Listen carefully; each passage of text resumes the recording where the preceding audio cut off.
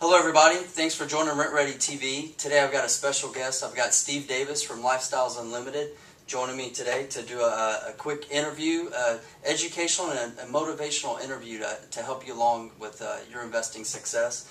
So I'd just like to get started by welcoming Steve Davis to the interview with us today. Thank you for having me. Glad to be here. Thank you very much. I really appreciate you taking the time to do this. And I guess the best way to get started is, I've heard your bio from a lot of the radio shows. I know a lot of our viewers have, but some may not know who you are or what you've accomplished. So if you wouldn't mind giving us just a brief interview on yourself, how you got started. Sure. I've been in real estate for about 20 years. I started off just buy, fix up, and sell as a flipper. I then flipped contracts as well as rehab.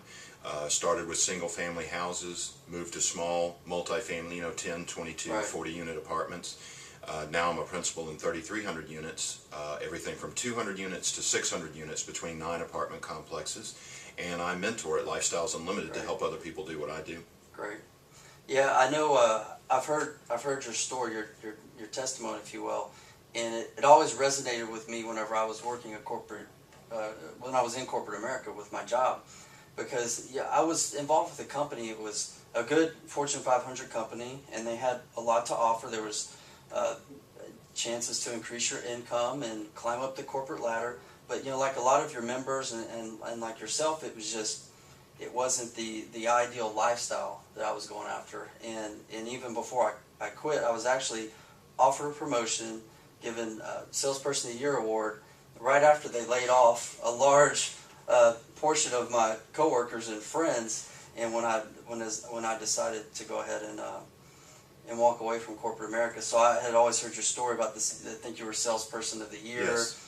And then you got a pay cut right at the same time. Yes. And so that's one thing that's always stuck out with me, is that just taking control of your future. And I think that's one of the big things that real estate's. Well, I think you should bring up the point that you're lucky because you're still young. When it happened to me, I was 27. Right. A lot of people don't wake up to the fact that a job is not an end, it's a means. Right. They don't wake up to that till they're 45, 55, or 65. Right. We were lucky. Right. We woke up at a young age. Yeah, and unfortunately I've seen that with family members that have been, in their 50s or 60s, and they're rushing now at the end to do that. And so Playing catch up. Yeah, so I encourage a lot of friends, family members to start now, for sure, and it's very doable. I'm going to jump ahead because this kind of gets me into I guess, a question of mindset, because a lot of people will, here on the radio shows, and a lot of people will ask me, how do I get started? How can I do this? How can I, acquire rental properties and become a lot of people want to become a full-time investor. I think that's a very popular, sexy kind of thing. Right. But what I've seen is people have a hard time getting over the mindset that they can actually do it, because the nuts and bolts of real estate, to me, is actually somewhat simple, because I'm not the sharpest guy around based on my high school and my college scores. But real estate, it's, what you guys have done that really clicked and resonated with me was like, you kind of laid it out. You're like, step 1, step 2, step 3. And I think a lot of your members will tap into that, but some still have a hard time conquering that mindset hurdle. So what would you say would be some of the things that could help them get over that? What we're discussing around the office right now among the mentors is change. And what a lot of us didn't realize, and it came out today in a Sharpen the Saw meeting that we had among the staff, is that when people are going from depending on a job, they're used to working X number of days, they get a paycheck a few days later, work another X number of days, and they're guaranteed that check. Then suddenly we tell them, look, that doesn't work in the long run. You've got to build some wealth on your own. What we're talking about is change. And one of the things that if you read any books on psychology, guess what people are scared of? Change, anything new. So I think what you're running into, what we run into as mentors, is you're asking people to change the way that they think. And they are so comfortable. Right. And it comes down to this quick phrase: what gets in the way of a great life? Right. It's not a bad life, it's a good life. Right. A good life keeps you from pushing yourself to the great life. And that's the problem with getting a paycheck. You got it good, you got that paycheck every couple of weeks. You don't want to take that risk and go out there and actually do something that makes a difference, because what if you fail? Yeah. So there's fear, there's change, and there's just that comfortable life. Yeah. Holds people back. Yeah, I agree. I've seen that a lot. the rags to riches story is actually not that uncommon. I think a lot of times what's more uncommon is the middle income achieving greatness. That's interesting. That's interesting. Yeah, I hadn't thought of it from that point of view, but I bet you're right. I've heard that before, because if you have nothing to lose, you'll take those risks. But yeah, a lot of times people will hold on to what they have instead of going after. Yeah, I think that's a very, very, very big point.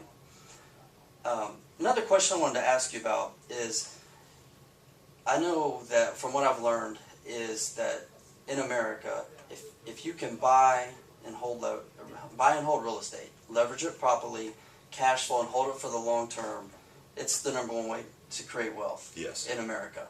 And I'm a full believer in that model. I have 30-something rental properties, no apartments yet, but I'm definitely moving in that direction in the future. 30 houses is an incredible achievement. Congratulations, by the way. Thank you very much. And you know, it's a great investment. You know, you start doing your taxes and you get checks. You can build up your accounts, and these houses are great. Building up equity at the same time. However, what I've found, and I think part of it is my very type A aggressive kind of flip instincts and nature that I have. Yeah. I really enjoy flipping houses. But what I've seen is a lot of new investors that will begin investing. They'll want to go into the flip aspect of investing. And personally, what I try to steer them when I can into becoming a buy and hold investor, right, to do some rental properties, because it's an easier model to follow for the most part, and it gives them a good base of knowledge. They start to build their teams, their contractors, their mortgage brokers, and things like that. So what would you say about some investors who have the interest to flip? Would you steer them in the direction of learning rental properties like I often Yes. do, or what's your kind of take? I like the combination. The only real thing that I regret is that the first 3 years I was here at Lifestyles, all I did was flip, buy, fix, Right. up, and sell. Right. And I didn't hold anything for Right. myself. I think that if you're an A-type, because I'm an A-type too, Right. and you like flipping, you like getting that quick cash, and there's also more to it. I think that it's fun to see something you created, Right. loved by other people, Right. and they love to move their family into Right. it. It's really a good feeling. Right. So I think they should do it in combination. Right. The warning though is that it's addictive.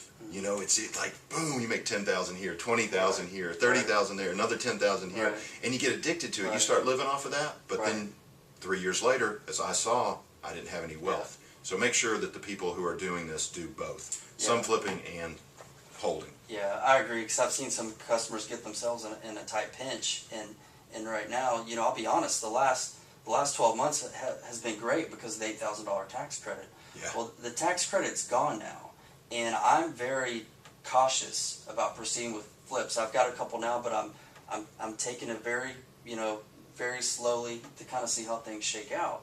And but thankfully, you know, I've got the rental properties to fall back on. Of course, I have a business as well that I'm trying to build. So I have that income coming in. So everything else, I like the flip model as kind of like the icing on the cake. And so Yeah, I agree with that strategy. Yeah, that's great. I feel like it's, you know, part of the progression. I feel great that you being from Lifestyles are, as people, you know, further their education, are going to be able to take. You're encouraging them to take part in that. We had to respond to it because while 2 years ago flips were a challenge, now they're easy, as you described. They're going quickly. The equity's there. There's big chunks of equity to be had, even in the fast-selling properties like the 120, 150 houses. Those sell quickly, and you're able to pick them up with $30,000, $40,000, $50,000 equity. We had to respond to the marketplace and start teaching the flips. Yeah,